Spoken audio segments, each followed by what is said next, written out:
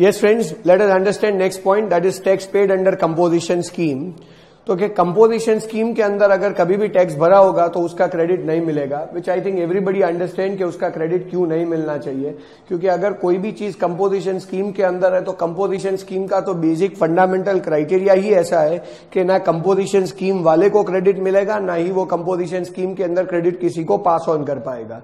सो अगर मान लो कि कोई कंपोजिशन डीलर है, उससे हम लोग गुड्स और सर्विसेज बाय कर रहे हैं, तो ऑब्वियसली वो कोई भी जीएसटी चार्ज करे हमको उसका क्रेडिट मिलेगा ही नहीं। इनफैक्ट फ्रेंड्स आपको पता ही होगा वो टैक्स इनवॉइस ही नहीं बनाता है, तो अगर वो टैक्स इनवॉइस ही नहीं बनाएगा तो वो हमें क्रेडिट कैसे पास ऑन करेगा। So what ever tax is paid under composition scheme, कभी भी उसका क्रेडिट अलाउ नहीं होगा। Let us understand next point, which says goods or services or both which are received by a non-resident. When I use the word as goods or services or both which are received by a non-resident taxable person, तो उसकी कोई भी services का credit नहीं मिल सकता। Friends, I believe everybody remembers what is non resident taxable person.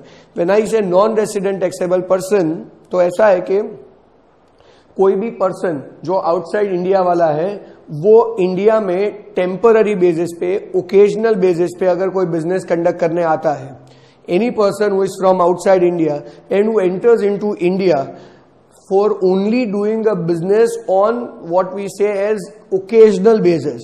So for example, India के किसी exhibition में वो पार्टिसिपेट करने आ रहा है, या इंडिया में कोई पर्टिकुलर जगह पे वो अपना खुद का एग्जीबिशन सेट कर रहा है, या फिर मान लीजिए कि इंडिया में वो कोई पर्टिकुलर सीजन में 20 दिन या 25 दिन के लिए, जैसे कि मान लो कि हम लोग एग्जाम्पल है टिबेटियन मार्केट लगता है विंटर सीजन में। सो यस वी मे से कि भाई ये आउटसाइड इंडिया से लोग इंडिया में आ रहे हैं टेम्पररी बेसिस पे, ओकेजनल बेसिस पे बिजनेस कंडक्ट करने के लिए, तो they are non resident and they are going to work in India on temporary basis as a taxable person, so they are called as non-resident taxable person with an assumption कि India में उनका कोई fix place of business नहीं है। और अगर India में उनका कोई फिक्स प्लेस ऑफ बिजनेस नहीं है तो they are obviously identified as non resident taxable person. So ये जो नॉन रेसिडेंट टैक्सेबल पर्सन होते हैं उन लोगों के लिए बोला हुआ है कि वो कोई भी गुड्स और सर्विसेज रिसीव करें उनको कभी भी क्रेडिट नहीं मिलेगा। सी फ्रेंड्स, ऑलवेज याद रखना ये clause non resident taxable person के लिए है, ये क्लॉज कैजुअल टैक्सेबल पर्सन के लिए नहीं है। जो कैजुअल टैक्सेबल पर्सन है वो जो भी गुड्स और सर्विसेज रिसीव करें उन्हें ऑलवेज क्रेडिट मिलता ही है, बट जो नॉन रेसिडेंट टैक्सेबल पर्सन है उनको ना बोला हुआ है कि भाई हम आपको क्रेडिट अलाउ नहीं करेंगे। कैजुअल टैक्सेबल पर्सन को सारी एलिजिबल क्रेडिट मिलेगी, नॉन रेसिडेंट टैक्सेबल पर्सन को एलिजिबल क्रेडिट्स भी अलाउड नहीं है।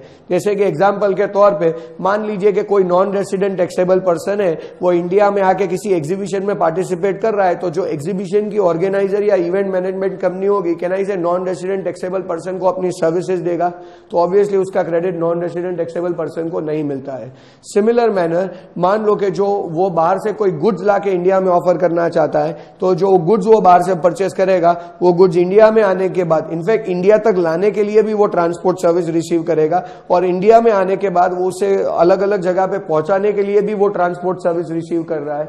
सिमिलर मैनर, मान लो कि वो जितने दिन तक इंडिया में रुकेगा वो इंडिया में कोई होटल में स्टे करेगा, तो hotel people are also providing him services. उसने पूरे उतने दिन का खाने का कॉन्ट्रैक्ट किसी बंदे को दे दिया है तो वो उन्हें कैटरिंग या फूड एंड बेवरेज सर्विस देता है, that is also used in course और फर्दरेंस ऑफ बिजनेस। अच्छा, सेम वे मान लो कि वो जो इवेंट में पार्टिसिपेट करने आ रहा है उसकी वो खुद एडवर्टाइजमेंट करना चाहता है तो वो एडवर्टाइजमेंट की सर्विसेज ले रहा है। अच्छा, मान लो कि वहां जो जो कस्टमर्स आते हैं वो कस्टमर्स ने जो जो चीजों का ऑर्डर दिया है वो ऑर्डर डिलीवर करने के लिए वो कुरियर कंपनीज के साथ डील करता है, तो ऑब्वियसली वो बहुत सारी अलग अलग सर्विसेज रिसीव कर रहा है, वो बहुत सारे अलग अलग गुड्स बाय कर सकता है। But law is very clear कि नॉन रेसिडेंट टैक्सेबल पर्सन को हम कोई भी टाइप के गुड्स और सर्विसेज की क्रेडिट अलाउ नहीं करेंगे except the goods which are used, except the goods which are imported by him. तो क्या अगर वो बाहर से कोई गुड्स इंपोर्ट करके लाता है ना बिजनेस करने के लिए, तो ऑब्वियसली वो गुड्स जो इंपोर्ट करके वो लाया होगा उन गुड्स के ऊपर उसने बेसिक कस्टम ड्यूटी भरा होगा, एज वेल एज उन गुड्स के ऊपर उसने आईजीएसटी भरा होगा। तो कि जो इंपोर्टेड गुड्स है ना उसके ऊपर जो आईजीएसटी वाला कंपोनेंट है ना, बस वो एक चीज का क्रेडिट तुम्हें देंगे, बाकी तुम्हें एक भी रुपए का क्रेडिट अलाउड नहीं होगा। Always keep that in mind, goods और सर्विसेज और both which are received by a non-resident taxable person is not eligible for credit except when those goods are imported by him. Imported goods के ऊपर जो भी IGST होगा ना उसका credit मिल जाएगा। इनफैक्ट उस इंपोर्टेड गुड्स को इंडिया लाने के लिए जो ट्रांसपोर्ट सर्विस होगा ना उस पे जो आईजीएसटी होगा ना वो भी अलाउड नहीं है। खाली क्या अलाउड है, एक ही चीज अलाउड है, दैट इज इंपोर्टेड गुड्स के ऊपर जो आईजीएसटी पेड है ना फ्रेंड्स उसका क्रेडिट मिलेगा नॉन रेसिडेंट टैक्सेबल पर्सन को, बाकी कोई क्रेडिट नहीं मिलने वाला है। Moving ahead with that friends, जो नेक्स्ट पॉइंट है that is one of the most debatable point. Friends देखने में एकदम सिंपल है but it is so much complicated that आने वाले दिन में इसके ऊपर आप बहुत सारे वर्डिक्ट्स देखोगे। The matter will go to high courts, the matter will go to supreme courts and still will remain unresolved. ये resolve होने के chances बहुत कम है। आने वाले बहुत सालों में आपको इसके लिए केस देखने मिलेंगे। That is goods or services or both which are used for personal consumption. And when I say goods or services or both which are used for personal consumption, तो क्या उसकी क्रेडिट मिलनी चाहिए कि नहीं मिलनी चाहिए? फ्रेंड्स प्राइमा फेसी तो ऑब्वियसली कोई चीज जो पर्सनल कंजम्पशन के रिलेटेड है तो ऑब्वियसली उसका क्रेडिट मिलना नहीं चाहिए, ठीक है। बट अगर थोड़ा डेप्थ में जाओ ना तो what is called as personal consumption and what will not be called as personal consumption is a big doubtful thing. जैसे कि मान लो कि एग्जांपल के तौर पे मैं बताऊं कि अगर मान लो कि नवकार इंस्टीट्यूट अपने सारे फैकल्टीज को रोज लंच प्रोवाइड करे इन आफ्टरनून एंड जो लोग लेट इवनिंग तक लेक्चर लेते हैं और लेट इवनिंग तक जिनका भी लेक्चर्स कंडक्ट होगा उनको डिनर भी प्रोवाइड करे, तो ये जो food and beverages Navkar provide करता है, अच्छा कोई बोले सर फूड एंड बेवरेज का तो क्रेडिट नहीं मिलता है। अरे friends time being ignore that. मान लो कि और कोई गुड्स है जो नवकार इंस्टीट्यूट बाय कर रहा है जो अपने एम्प्लॉइज के लिए है, जो अपने फैकल्टीज के लिए, obviously it is used in course और फर्दरेंस ऑफ बिजनेस, बट क्या क्रेडिट मिलना चाहिए? तो शायद आपको समझ में आता है कि प्राइमा फेसी ये गुड्स का यूजेज कोर्स और फर्दरेंस ऑफ बिजनेस नहीं है। प्राइमा फेसी ये गुड्स और सर्विसेज का usage personal benefit to employees है and because it is personal benefit to employees it is more और less called as personal consumption, जिसका कभी भी क्रेडिट मिलना नहीं चाहिए। सिमिलर मैनर अब आगे जाते हैं थोड़ा, बहुत सारी कंपनीज ऐसी होंगी जो कंपनीज अपने एम्प्लॉइज को लाने ले जाने के लिए मान लीजिए कि बस सर्विस रिसीव करते हैं या फिर मान लीजिए कि कैब सर्विसेज रिसीव कर रहे हैं, तो क्या ये बस और कैब सर्विसेज का क्रेडिट मिलना चाहिए? तो अगेन यही चीज बीच में आएगा कि ये पर्सनल कंजम्पशन के रिलेटेड है या बिजनेस यूज के रिलेटेड है। कंपनी ऑलवेज यही बोलेगा कि भाई वो बिजनेस यूज के रिलेटेड है और डिपार्टमेंट ऑलवेज यही बोलेगा कि it is nothing but a type of personal consumption.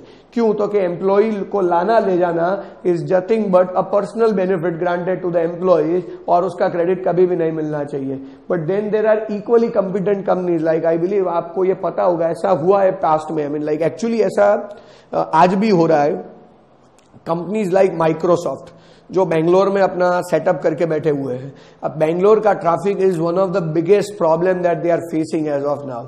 सो ये कंपनीज क्या कर रही है, तो अपने ही एम्प्लॉइज को लाने ले जाने के लिए उन्होंने अपने बस रखे हुए हैं और वो बस के अंदर वो लोग एम्प्लॉइज को कंप्यूटर का पूरा सेटअप प्रोवाइड करते हैं। So when an employee sit I mean goes on his seat, तो वहां पे उसे कंप्यूटर मिलेगा, लैपटॉप मिलेगा।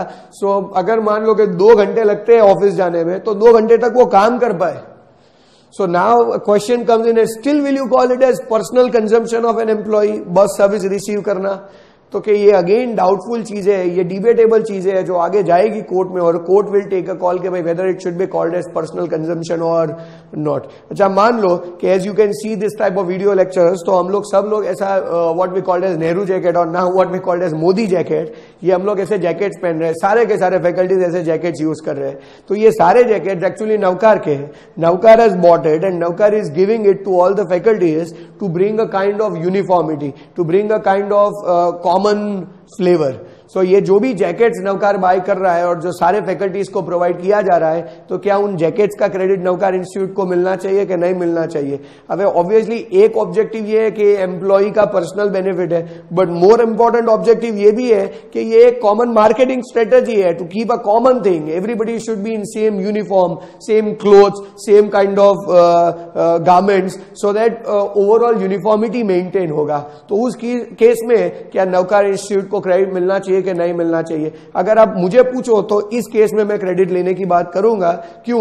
बिकॉज ये एम्प्लॉइज को पर्सनल रीजन से घर पे पहनने के लिए कपड़े नहीं दिए गए हैं, ये एम्प्लॉइज को प्रीमाइसिस के अंदर पहनने के लिए कपड़े दिए हुए हैं, और प्रीमाइसिस में वो भी रिकॉर्डिंग के लिए दिए, तो it can not be treated as personal benefit of employees, it is directly treated as used in course और फर्दरेंस ऑफ बिजनेस, एंड इसका क्रेडिट मिल जाना चाहिए।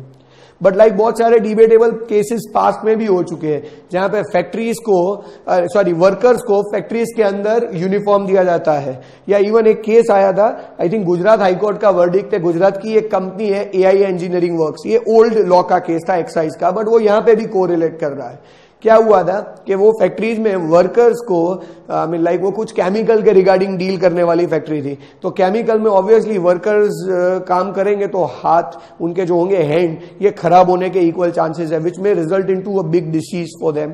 सो ये प्रॉब्लम को सॉल्व करने के लिए स्पेसिफिक टाइप के ग्लव्स दिए गए एम्प्लॉइज को। तो क्या ये ग्लव्स का क्रेडिट मिलेगा कि नहीं मिलेगा? तो obviously gloves are used in manufacturing process, so they are used in course और फर्दरेंस ऑफ बिजनेस, बट फिर भी फ्रेंड्स क्रेडिट डिसअलाउ किया गया था उसमें, क्योंकि बहुत क्लियर स्टैंड लिया था एक्साइज डिपार्टमेंट ने कि ये जो ग्लव्स यूज किए जा रहे हैं वो मैं मानता हूं कि एम्प्लॉइज उसे पहनते हैं while they are using doing the manufacturing process, so it is used in course और फर्दरेंस ऑफ बिजनेस, और it is used in manufacturing of final product. But let us identify what is more important use of these gloves, whether these gloves are used in manufacturing process or are used in ensuring safety in manufacturing process. Friends, I think आपको समझ में आता है मैं जो बोल रहा हूं वो, क्योंकि law is very clear, it should not be use for personal consumption. अब जो ग्लव्स है वो यूज होते हैं मैन्युफैक्चरिंग प्रोसेस में, बट मोर इंपॉर्टेंट वो यूज होते हैं to ensure safety in manufacturing process. So ये वर्डिक्ट दिया गया था कि ensuring safety becomes personal consumption, उसको बिजनेस से क्या लेना देना। सो ऑब्वियसली उन चीजों का क्रेडिट नहीं मिलना चाहिए। सो ह्यूमन ग्राउंड के हिसाब से सोचो तो कि हाँ वो बिजनेस के लिए जरूरी है, नहीं तो एम्प्लॉइज बीमार हो सकते हैं, ये हो सकता है, वो हो सकता है, बट लॉजिकली वो भी है कि अगर एम्प्लॉय बीमार ना हो या एम्प्लॉय को हेल्थ फेस ना हो, उसके लिए अगर वो ग्लव्स दिए गए हैं या उसके लिए क्लोथ्स दिए जाते हैं, तो it becomes a personal benefit of employee, उसको बिजनेस से कोई लेना देना नहीं है, तो उसका क्रेडिट हम अलाउ नहीं करेंगे। फ्रेंड्स, ऐसा ही एग्जांपल दूं, बहुत सारे होटल्स है, बहुत सारे रेस्टोरेंट्स है, बहुत सारे कार शोरूम्स है, या बहुत सारे टू व्हीलर शोरूम्स है, डीलर्स है, इवन एप्पल का शोरूम है, या ऐसे ही बड़े शोरूम्स है, वहां पे जो एम्प्लॉइज काम कर रहे हैं उन सबको क्लोथ्स दिए जाते हैं।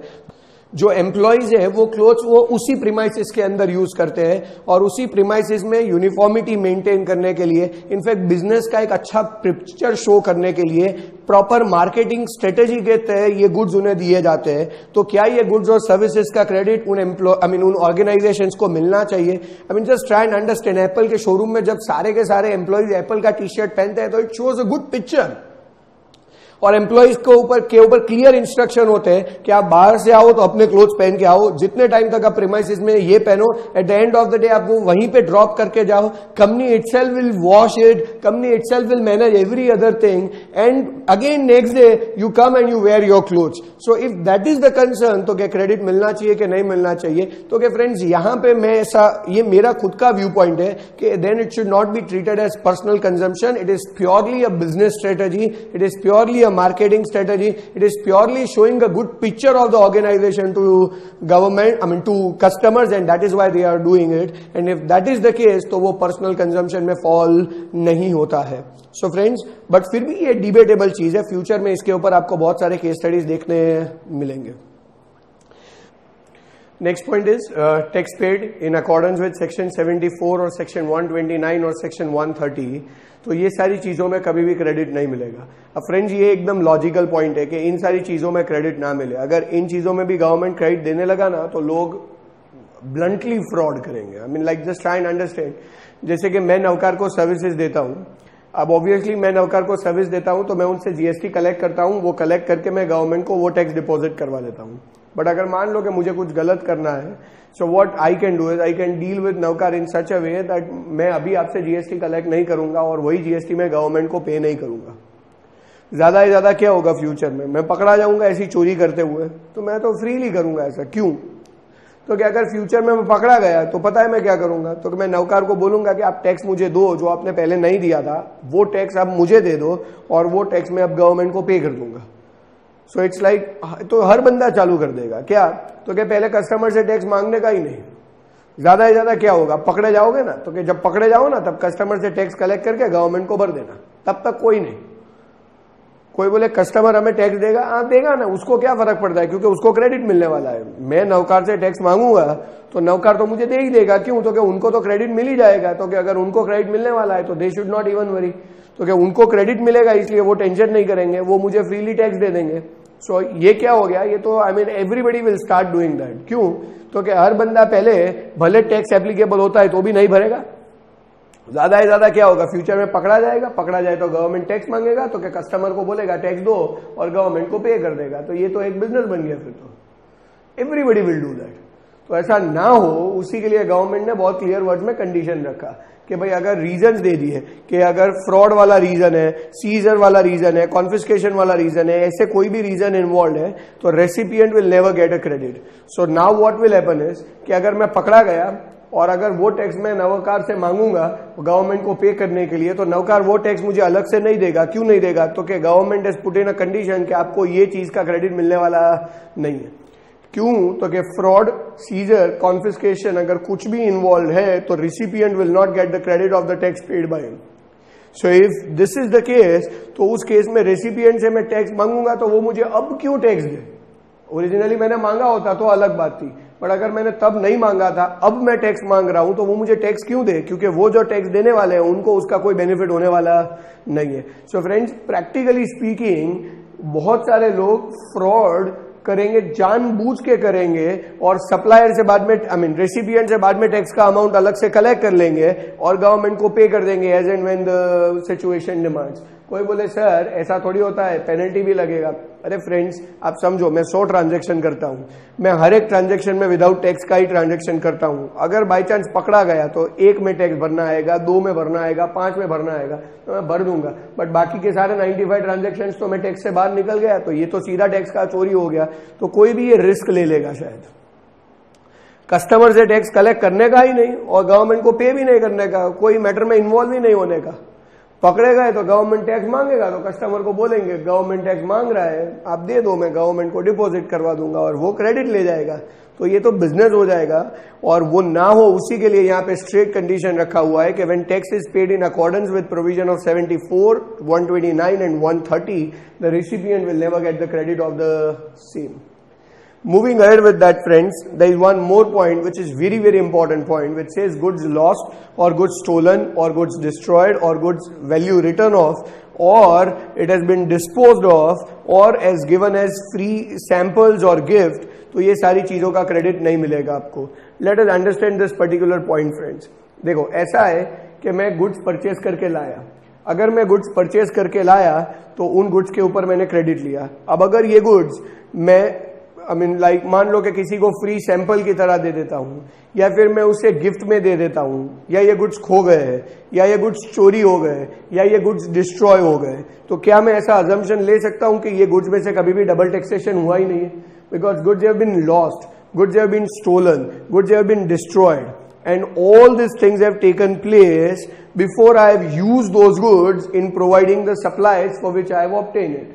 So मान लो कि नवकार अगर 100 प्रोडक्ट परचेस करता है, जैसे कि हम लोग मार्कर पेन यूज करते हैं क्लासरूम में, तो ऐसे 100 पेन परचेस करके लाए।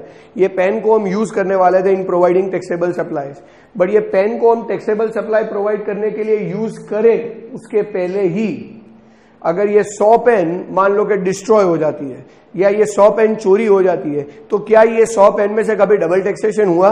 और अगर डबल टैक्सेशन ही नहीं हुआ तो उसका आईटीसी क्यों अलाउ करे आपको? Why you want a credit of something which is not used in double taxation activity? So you bought 100 pens, you are using that for providing taxable supplies, but before you use it, it gets lost, it gets stolen, it gets destroyed, खराब हो जाए जिसके कारण value books में right of हो जाए, ऐसा कुछ भी हो तो उस केस में आपको क्रेडिट मिलना ही नहीं चाहिए। या फिर मान लो कि वो 100 पेन आप किसी को एज अ फ्री सैंपल दे देते हो, या फिर मान लो कि आप किसी को एज अ गिफ्ट दे देते हो, तो टेक्निकली ये सारी चीजों का आपका क्रेडिट नहीं मिलना चाहिए। क्यों? Because it is not used in something which is resulting into double taxation. Yes, मैं मानता हूं कि आप लाए थे, जब आप लाए थे तब आपको क्रेडिट मिलना चाहिए, because you brought it with such an objective that you will use in providing taxable supplies. and you were actually intending to use it, but before you use it any of this thing happens. If any of this thing happens, तो आपको वो goods का credit कभी भी मिलना नहीं चाहिए. और अगर आपने वो क्रेडिट ले लिया है तो 110% वो क्रेडिट यहां से ब्लॉक हो जाएगा, उसकी क्रेडिट रिवर्स कर देनी पड़ेगी. सो अगर मान लो कि मैं यूज करूं उसके पहले वो गुड्स खो गए, अगर मान लो कि चोरी हो गया, अगर मान लो कि गुड्स डिस्ट्रॉय हो गए, अगर मान लो कि गुड्स खराब हो गए जिसके कारण मैं बुक्स में उसकी वैल्यू राइट ऑफ कर लेता हूं, या फिर मैं ही उसे फ्री सैंपल की तरह दे देता हूं, या मैं ही उसे गिफ्ट में दे देता हूं, तो ऑब्वियसली मुझे ये चीजों का क्रेडिट मिलना नहीं चाहिए. और अगर बाय चांस मैंने उसका क्रेडिट लिया हुआ है तो डेफिनेट बेसिस पे मैं बोलूंगा कि ये क्रेडिट गवर्नमेंट रिवर्स करवाएगा, applying section 17 subsection 5 block credit concept. 100% government ये चीज का क्रेडिट मेरे से रिवर्स करवा देगा. सो एक बाजू मैंने उसका क्रेडिट लिया है और दूसरी बाजू वो क्रेडिट रिवर्स हो जाएगा. अच्छा, ये जो पॉइंट है वो आप ऑलवेज याद रखना, because this also relates to the definition of supply. आपको याद होगा सप्लाई की जो डेफिनेशन हमने पढ़ी थी, जहां पे एक शेड्यूल 1 था. शेड्यूल 1 के अंदर कुछ ट्रांजेक्शंस को नोट डाउन किया गया था that they will be called as supply even if they are without consideration. आपको याद होगा ऐसा. तो ऐसा जो पॉइंट था कि certain transactions will be called as supply even if without consideration, उसमें एक चीज था कि परमानेंट ट्रांसफर और permanent disposal of a business asset on which ITC has been claimed. वापस बता रहा हूं, एक पॉइंट था कि परमानेंट ट्रांसफर और permanent disposal of a business asset on which ITC has been claimed.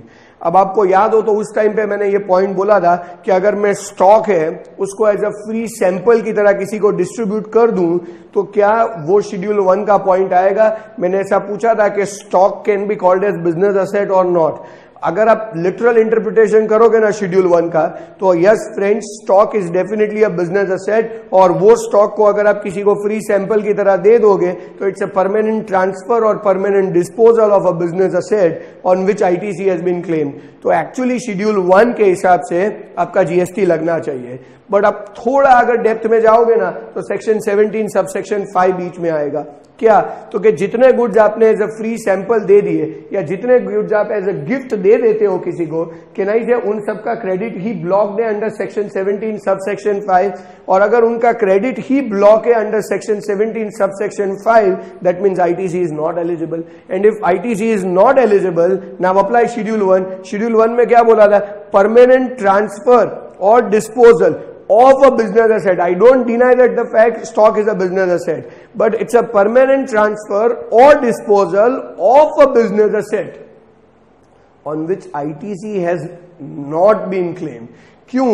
तो कि वहां पे बोला था ITC has been claimed. So prima facie I agree we have claimed ITC, but then we have reversed that ITC, and when we have reversed that ITC, then obviously now we cannot apply schedule 1 saying that ITC has not been claimed because ITC has been already reversed. तो आपको double effect नहीं आएगा. आप ये बोलो कि मैं section 17 sub section 5 में क्रेडिट रिवर्स करूं और उसके अलावा वो शेड्यूल 1 में सप्लाई में भी आए, तो फ्रेंड्स दोनों बार थोड़ी मैं जीएसटी भरने वाला हूं एक ही चीज के ऊपर. That's not gonna happen. So obviously you apply section 17 subsection 5 which very clearly says आपका क्रेडिट रिवर्स हो जाएगा, आपका क्रेडिट ब्लॉक हो जाएगा. आपने वो क्रेडिट लिया है उसकी इफेक्ट नलीफाई हो जाएगी, एंड सिंस उसकी इफेक्ट नलीफाई हो जाएगी तो अब सेक्शन 17 सबसेक्शन 5 के हिसाब से आपने आईटीसी क्लेम ही नहीं किया है, और अगर क्लेम नहीं किया है तो फिर शेड्यूल 1 अप्लाई करने की कोई जरूरत नहीं है. आई think everybody understand this friends that goods lost, खो गया, गुड्स स्टोलन, चोरी हो गया, goods destroyed, I mean like fire से या कोई भी और रीजन से डिस्ट्रॉय हो गया, गुड्स की वैल्यू राइट ऑफ हो गई. क्यों वैल्यू राइट ऑफ हो गया? तो ऑब्वियसली गुड्स खराब हो गए थे यूज करो उसके पहले, तो उसकी बुक्स में वैल्यू राइट ऑफ करनी पड़ेगी. सो अगर गुड्स की वैल्यू राइट ऑफ हो गई या गुड्स को ही डिस्पोज कर दिया, डिस्पोज कैसे किया? तो कि मे बी किसी को दे दिया एज अ गिफ्ट या मे बी किसी को दे दिया एज अ फ्री सैंपल, तो आपको इन सब चीजों में आईटीसी मिलना नहीं चाहिए. I mean just try and understand. Let's say I am running a showroom of garments. तो मैं गारमेंट्स बनाता हूं, और मैं आई मीन नॉट इवन बनाता हूं, मैं गारमेंट सिंपली ट्रेड करता हूं. मेरा एक शोरूम है, इस शोरूम में अलग अलग जगह से गारमेंट्स आते हैं और मैं उसको अलग अलग जगह पे बेचता हूं आगे. सो this is how I do the business. Now मान लो कि उस शोरूम में मैं कोई पर्टिकुलर टाइप के शर्ट या पैंट का एक लॉट लाया था जिसमें 100 पीस थे, बराबर. उसमें से एक पीस मैंने ही अपने फ्रेंड को उसकी बर्थडे पे गिफ्ट में दे दिया.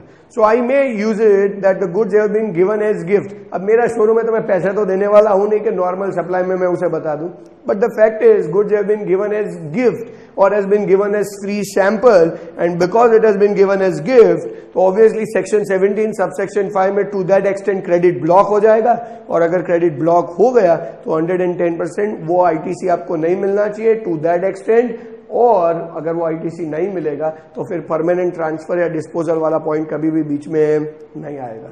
तो I think everybody understand this point called as section 17 subsection 5।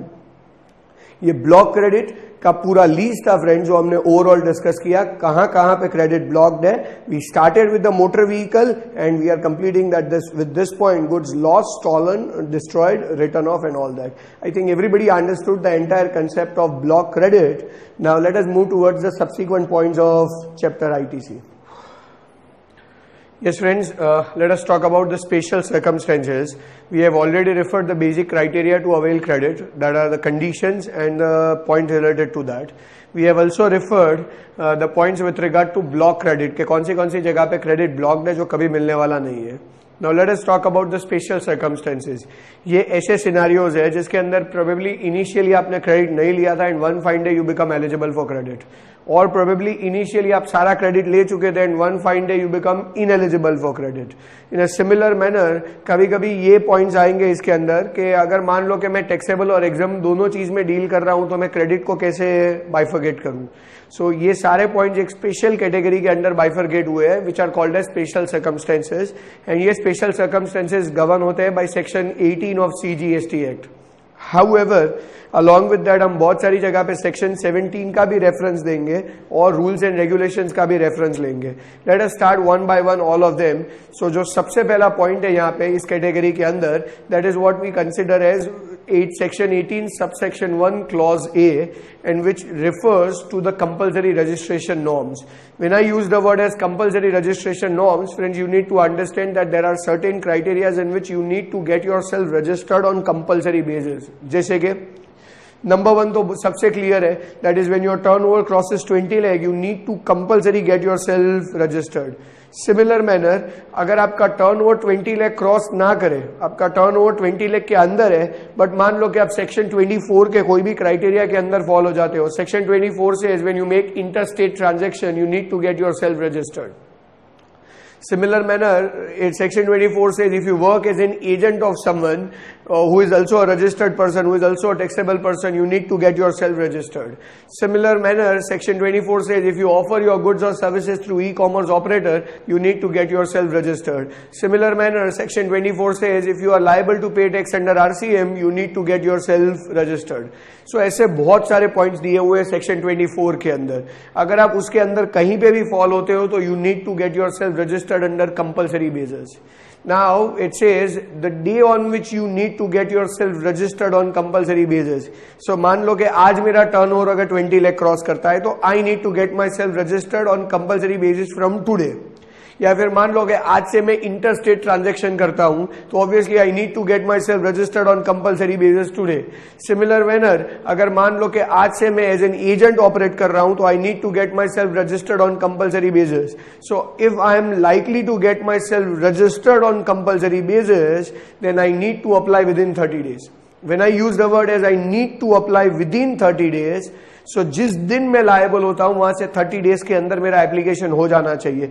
अगर मान लो कि मैं 30 डेज के अंदर एप्लीकेशन कर देता हूं ना फ्रेंड्स, देन वो रजिस्ट्रेशन जो मैंने अप्लाई किया है, भले मैं 30 डेज के अंदर अप्लाई कर रहा हूं but registration will be granted from the date on which I become liable.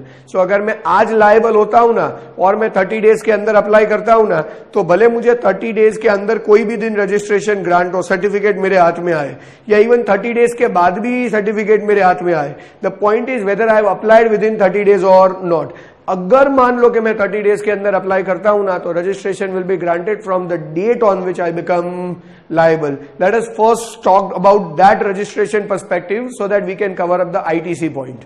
Here we have taken an example whereby the date on which I become liable for registration is 21st of January 2019. Assuming उस दिन 20 lakh cross हुआ है या उस दिन से interstate transaction start किए या कोई भी पर्सपेक्टिव हो. So मान लो कि 21st January 2019 को I become liable for registration. Now let us put it this way, within 30 days I need to apply. So when I say 30 days, so obviously मैं 10 दिन जनवरी के काउंट करूंगा और 20 दिन मैं फरवरी के काउंट करूंगा. So that means I need to apply for registration by or before 20th February 2019. Possibility number 1, I have applied it. If I have applied on 15th of February 2019, that means I have applied within 30 days.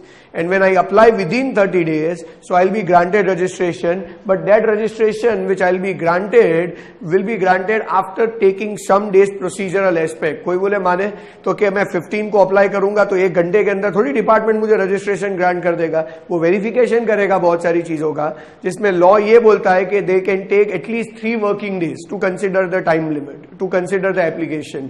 So obviously 16, 17, 18 तो वो लेने ही वाले हैं. Over and above that अगर उसमें एक आधा छुट्टी होगा तो they will also consider 1 more day. So 19 February is a date on which they are granting me registration. So 19 February 2019 तक अगर वो मुझे रजिस्ट्रेशन ग्रांट करते हैं, भले ग्रांट 19 फरवरी को किया, बट ग्रांट किया जाएगा with effect from 21st January 2019. So अगर ग्रांट हो गया with effect from 21st January 2019 तो उस दिन के बाद मैं रजिस्टर्ड हूं. सो 21 जनवरी 2019 को मैं रजिस्टर्ड हूं, तो कैन से कि 21 जनवरी 2019 को अगर मैं रजिस्टर्ड हूं तो उसके पहले मैंने जो भी गुड्स और सर्विसेज बाय किए होंगे ऑब्वियसली प्राइमा फेसी उसके ऊपर क्रेडिट नहीं लिया होगा. और सिमिलर मैनर 21 जनवरी 2019 के बाद कोई भी गुड्स और सर्विसेज में बाय करूंगा तो ऑब्वियसली उसके ऊपर मैं क्रेडिट ले लेने वाला हूं. ऑब्वियस रीजन है ना फ्रेंड्स, क्योंकि बाद में मैं रजिस्टर्ड हूं और पहले मैं रजिस्टर्ड नहीं था. सो अगर 21 जनवरी 2019 के पहले अगर मैंने कुछ भी बाय किया है तो मैंने कभी क्रेडिट ही नहीं लिया होगा. एंड 21 जनवरी 2019 के बाद अगर मैं कुछ भी बाय करता हूं तो मैं उसके ऊपर ऑलवेज क्रेडिट लेने ही वाला हूं to avoid double taxation. But the point is with regard to what about the stock, I mean, what about the goods which are lying in stock on 21st January 2019? See, prima facie you need to understand कि अगर 21 जनवरी 2019 को वो तुम्हारे पास stock के form में पड़ा है तो ऑब्वियसली परचेज पहले ही हुआ होगा और उस दिन तुमने क्रेडिट लिया ही नहीं होगा. और 21 के बाद तुम कुछ बाय कर रहे हो तो उसके ऊपर तुमने क्रेडिट लिया ही होगा. बट अगर 21 जनवरी को कोई गुड्स हमारे पास स्टॉक में पड़े हैं तो उसकी क्रेडिट का मैं क्या करूं, क्योंकि बाय पहले किया है और यूज बाद में होने वाला है. सो अगर 21 जनवरी 2019 को मेरे पास कोई गुड्स स्टॉक में पड़े हैं तो उसी के लिए यह पर्टिकुलर सेक्शन अप्लाई होता है कि अगर मान लो कि तुम 30 डेज के अंदर रजिस्ट्रेशन ले लेते हो तो you are eligible for credit. Of which credit? Okay, you can take ITC of all goods which are lying in stock. All goods, all inputs which are lying in stock, but on which day? The day on which you became liable for registration. So आप liable थे registration के लिए 21 जनवरी 2019 को, तो on that day आपके पास जो भी stock पड़ा होगा गवर्नमेंट उसका क्रेडिट दे देगा. And which is logical also friends. आप समझो 21 जनवरी 2019 को मेरे पास कोई स्टॉक पड़ा है तो भले बाय पहले किया होगा, क्रेडिट नहीं लिया होगा, बट यूज तो बाद में ही करने वाला हूं और बाद में तो मैं टैक्सेबल हूं तो ऑब्वियसली मैं टैक्स भरने वाला हूं. तो अगर मैं बाद में टैक्स भरने वाला हूं तो जो गुड्स उस दिन मेरे पास स्टॉक में पड़े होंगे वो सब बाद में यूज होंगे ना. और अगर बाद में यूज होंगे तो मुझे उसका क्रेडिट मिलना ही चाहिए. हाँ, मैं मानता हूं कि परचेस करने के टाइम पे मैंने क्रेडिट नहीं लिया था, but since I am having stock today, law is allowing me to take credit today. So that is what we understand as take ITC of all inputs lying in stock on the day on which you become liable for registration. Now very very important point friends over here, when I say on the date on which you become liable for registration, जो भी good stock में पड़े credit ले जाओ. सो मान लो कि मैंने 16 जनवरी को कुछ गुड्स बाय किए थे, मे बी 10,000 यूनिट्स बाय किए थे 16 जनवरी को. जो 10,000 यूनिट्स मैंने 16 जनवरी को बाय किए थे ऑब्वियसली मैं उसे यूज करने वाला हूं 16 जनवरी के बाद. अब मान लो कि 10,000 यूनिट्स बाय हुए थे, उसमें से पहला ऑप्शन तो मैं यही ले रहा हूं कि सारे के सारे यूनिट्स 21 जनवरी 2019 तक यूज हो चुके हैं, तो 21 जनवरी 2019 को मेरे पास कोई स्टॉक ही नहीं पड़ा है. If yes then the matter gets over, ये रूल अप्लाई नहीं होगा. बट अगर मान लो कि जो 10,000 यूनिट्स मैंने बाय किए थे वो 10 के 10,000 सारे के सारे 21 जनवरी 2019 को मेरे पास पड़े हैं, तो उस केस में ये रूल डेफिनेटली एप्लीकेबल हो जाएगा, जिसमें बोला है कि अगर ये 10,000 यूनिट आपके पास स्टॉक में पड़े हैं तो वो फ्यूचर में ही यूज होने वाले, और फ्यूचर में ऑब्वियसली आपके केस में डबल टैक्सेशन होने वाला है, तो हम 21 जनवरी 2019 को जो स्टॉक पड़ा है उसकी क्रेडिट अलाउ कर देंगे आपको। अब वेरी इंपॉर्टेंट पॉइंट, कोई ये बोले कि सर व्हाट इफ जो 16 जनवरी को हमने 10,000 यूनिट बाय किए थे उसमें से 2,000 यूनिट्स यूज हो चुके और 8,000 यूनिट स्टॉक में पड़े, तो इन दैट केस फ्रेंड्स आपको 8,000 यूनिट्स के ऊपर जो टैक्स पेड होगा उसका क्रेडिट मिलेगा, पूरे के पूरे 10,000 यूनिट्स के ऊपर जो स्टॉक पेड होगा उसका क्रेडिट नहीं मिलेगा। रीजन फंडामेंटली वही रहेगा कि हमारे पास जो गुड स्टॉक में पड़े वो बाद में यूज होने वाले हैं, तो टू दैट एक्सटेंड हमें क्रेडिट मिलेगा, हमें सारे यूनिट्स का क्रेडिट नहीं मिल सकता। अच्छा, ऐसा भी हो सकता है फ्रेंड्स कि मान लो कि जो 8,000 यूनिट्स मेरे पास 21 जनवरी को स्टॉक में पड़े थे, ये 8,000 यूनिट्स मैंने एज अ मटेरियल बाय किए थे। अब ऑप्शन नंबर 1 ये हो सकता है कि वही के वही 8,000 यूनिट्स एज अ स्टॉक मेरे पास पड़े हैं। ऑप्शन नंबर 2 ये मटेरियल के फॉर्म में पड़े। ऑप्शन नंबर 2 ये भी हो सकता है कि 8,000 यूनिट्स मेरे पास जो मटेरियल के बाय किए थे उसमें से 4,000 यूनिट्स अभी भी मटेरियल फॉर्म में पड़े हैं, that means they are without use, they are only in form of material inputs, but 4,000 units finish goods में कन्वर्ट होके फिनिश गुड्स के स्टॉक के फॉर्म में पड़े हुए हैं मेरे पास। सो इट्स लाइक मान लो कि अगर मैं कॉटन बाय करता हूं तो कुछ यूनिट्स का मेरे पास कॉटन पड़ा हुआ है, जबकि कुछ यूनिट्स में से फैब्रिक बना के फैब्रिक मेरे पास पड़ा हुआ है। So if that is the case, then law is again very clear कि तुम्हारे पास जो भी गुड स्टॉक में पड़े होंगे उसका तुम्हें क्रेडिट दे देंगे। माने जो 50% यूनिट मेरे पास कॉटन के फॉर्म में पड़ा है वो मैं कॉटन के हिसाब से क्रेडिट ले जाऊंगा, दैट मीन्स कॉटन के ऊपर जो टैक्स पेड होगा मुझे उसका क्रेडिट अलाउ कर देंगे। अगर और 50% यूनिट्स मेरे पास फैब्रिक बन के पड़े हुए हैं तो फैब्रिक तो मैंने बनाया है तो फैब्रिक पे टैक्स पेड नहीं होगा, बट फैब्रिक बनाने के लिए मैंने कॉटन बाय किया था, उस कॉटन पे टैक्स पेड था, तो गवर्नमेंट मुझे ये बोल रहा है कि जितना मटेरियल तुम्हारे पास कॉटन के फॉर्म में पड़ा है उसका क्रेडिट ले जाओ, और जितना कॉटन तुम्हारे पास फैब्रिक के फॉर्म में पड़ा है उसमें फैब्रिक में जो कॉटन कंटेंट है उसका क्रेडिट ले जाओ। Meaning thereby input output ratio apply करो, तुम्हारे पास जो भी यूनिट्स आउटपुट के फॉर्म में पड़े हैं उसका जो इनपुट कंटेंट आता है उस इनपुट कंटेंट का क्रेडिट ले जाओ। सो बेसिकली जितना इनपुट के फॉर्म में पड़ा है वो भी क्रेडिट ले जाओ, जितना इनपुट फिनिश गुड्स के फॉर्म में पड़ा है वो भी क्रेडिट ले जाओ, इनफैक्ट जितना इनपुट सेमी फिनिश स्टेज पे पड़ा है उसका भी क्रेडिट ले जाओ। So for example 10,000 unit buy किए थे, उसमें से 2,000 यूनिट तो फिनिश गुड्स में कन्वर्ट करके बेच दिए, बाकी 8,000 यूनिट्स हमारे पास स्टॉक में पड़े, उसमें से 4,000 यूनिट्स हमारे पास मटेरियल के फॉर्म में ही पड़े, 2,000 यूनिट हमारे पास मटेरियल में से फिनिश गुड्स बन के पड़े हुए हैं, और 2,000 यूनिट अभी भी प्रोसेस में है, सेमी फिनिश स्टेज पे है। So law is very clear, जो 4,000 यूनिट्स मटेरियल पड़ा है उसका क्रेडिट ले जाओ, जो 2,000 यूनिट्स फिनिश गुड्स पड़े उसके ऊपर इनपुट आउटपुट रेशियो अप्लाई करके उसका मटेरियल कंटेंट ढूंढो और उसका क्रेडिट ले जाओ, और जो और 2,000 यूनिट सेमी फिनिश स्टेज पे पड़े उसका भी मटेरियल कंटेंट ढूंढो और उसका क्रेडिट ले जाओ। So law says you take credit of all goods which are lying in stock. Stock includes inputs at semi-finished form and inputs at finished goods form. I think everybody understand this concept कि हमारे पास जो भी goods stock में पड़े होंगे government उसका full credit allow कर देगा, but keep that in mind, stock means inputs lying in stock. Input includes input at semi-finished goods, input at finished goods form, but input would never cover capital goods, friends. मैं ये नहीं बोल सकता कि मेरे पास capital goods lying in stock है, ये रूल मुझे खाली किसका क्रेडिट देता है, इनपुट्स लाइंग इन स्टॉक। हाँ, वो इनपुट विदाउट प्रोसेस पड़े होंगे तो भी मिल जाएगा, इनपुट फिनिश गुड्स में कन्वर्ट होके पड़े होंगे तो भी मिल जाएगा, इनपुट प्रोसेसिंग स्टेज पे तो भी मिल जाएगा, but at least you will get credit of only inputs lying in stock, nothing of finish goods. कोई फिनिश गुड्स का क्रेडिट मिलने वाला, नथिंग ऑफ कैपिटल गुड्स, कोई कैपिटल गुड्स का क्रेडिट मिलने वाला नहीं है। So keep that in mind. This is section 18 subsection 1A which says that if you become liable for registration on compulsory basis and you apply within 30 days, then they will grant you registration from the day on which you become liable. And in that case, तुम्हारे पास जो भी goods पड़े होंगे stock में, which is in form of input, which is in form of semi-finished goods or in form of finished goods, उन सब में जो material content होगा, input content होगा, उसका government credit allow कर देगा.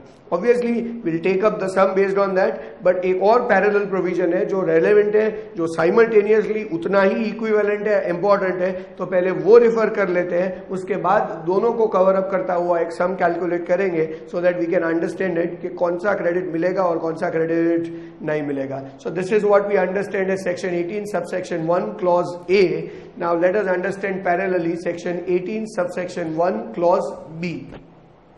So when I say 18 subsection 1 clause B, तो ये भी almost same level पे work कर रहा है. बस खाली फर्क इतना है कि यहाँ पे मैं compulsory liable for registration नहीं था, यहाँ पे मैं voluntary basis पे registration करवा रहा हूँ. माने तो कि actually मैं liable हूँ ही नहीं, but मुझे due to some reason voluntary basis पे जाके registration करवाना है. So अगर मान लो कि friends मैं voluntary basis पे जाके registration करवाता हूँ ना, that means technically मैं liable नहीं हूँ. So अगर मैं लायबल हूं नहीं तो मैं विद इन 30 डेज एप्लीकेशन वाला तो सोच ही नहीं सकता, क्योंकि लाइबिलिटी नहीं है तो 30 डेज गिनोगे कहां से. सो जिस दिन आप वॉलंटरी बेसिस पे जाके रजिस्ट्रेशन करवाते हो, फॉर एग्जांपल मैं मान लूं कि आज का डेट है 5th ऑफ मार्च, तो 5th ऑफ मार्च को मैं वॉलंटरी बेसिस पे जाके गवर्नमेंट को बोल रहा हूं कि मुझे रजिस्ट्रेशन करवाना है, एप्लीकेशन सबमिट कर दिया मैंने. हमारा जो एप्लीकेशन फॉर्म है REG 01 एंड ऑल दैट, वो सब सबमिट कर दिया वॉलंटरीली. अगर मान लो कि REG 01 में 5th को सबमिट कर रहा हूं, तो again department will take 3 working days to get me the registration number. So if they will take 3 working days, so I am counting 6, 7, 8. अगर मान लो कि एक आधा छुट्टी है तो ऑब्वियसली 9th. अगर कोई क्वेरी नहीं है, अगर कोई नोटिस नहीं है, तो ऑब्वियसली 9th तक मुझे रजिस्ट्रेशन ग्रांट हो जाना चाहिए. तो अगर वो मान लो कि मुझे रजिस्ट्रेशन 8 या 9 को ग्रांट कर रहे, तो उस दिन मुझे रजिस्ट्रेशन सर्टिफिकेट मिलेगा एंड प्रैक्टिकली वो रजिस्ट्रेशन सर्टिफिकेट इफेक्टिव उसी दिन से माना जाएगा. See, you need to understand here you are not talking about compulsory registration, here you are talking about voluntary registration. So आप liable होते हो वहां से 3 वर्किंग आप जिस दिन अप्लाई करते हो वही दिन रेलेवेंट है. लाइबिलिटी का कोई डेट ही नहीं है कि 30 डेज काउंट करो. जिस दिन अप्लाई किया वहां से 3 वर्किंग डेज के अंदर वो रजिस्ट्रेशन ग्रांट कर देंगे. मान लो कि हमको 8th ऑफ मार्च को रजिस्ट्रेशन ग्रांट कर दिया, तो 8th मार्च से लेके हमारा रजिस्ट्रेशन इफेक्टिव माना जाएगा. सी अगर मान लो कि मैं 5th ऑफ मार्च को लायबल हुआ होता ना और वहां से मैं 30 डेज के अंदर अप्लाई करता ना, तो मुझे रजिस्ट्रेशन 5th ऑफ मार्च से ही मिलता. बट अगर 5th ऑफ मार्च को मैं वॉलंटरी रजिस्ट्रेशन करवा रहा हूं ना, तो दैट मीन्स मैं लायबल हूं नहीं. तो अब वो मुझे रजिस्ट्रेशन ग्रांट करेंगे 8th मार्च को, और अगर 8th मार्च को ग्रांट किया ना तो अब वो इफेक्टिव होगा 8th मार्च को. जबकि अगर मान लो कि मैं 5th मार्च को लायबल होता और मैं 5th मार्च को ही अप्लाई करता और वो मुझे 8th मार्च को ग्रांट कर देना, तो अभी मेरा इफेक्टिवली माना जाता फ्रॉम 5th मार्च.